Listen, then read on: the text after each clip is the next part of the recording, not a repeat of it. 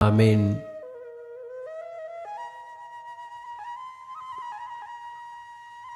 ጸሎተ ሐሙስ ጌታችን ምስጢረ ቁርባንን ከምስጢረ ጸሎት ጋር አዋህዶ የገለጠበት ዕለት ነው።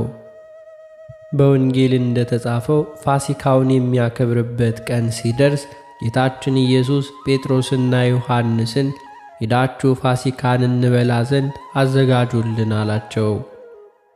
እነርሱም በየት እንድናዘጋጅ ትወዳለህ አሉት።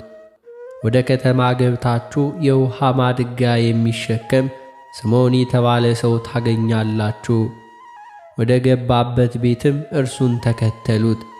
መምህር ከደቀ መዛሙርቶቼ ጋር ፋሲካ የሚደረግበት አዳራሽ ወዴት አለ ይልሃል በሉ። እርሱ የተነጠፈውንና ታላቁን አዳራሽ ያሳያችኋል። በዚያም ፋሲካችን አዘጋጁልን አላቸው።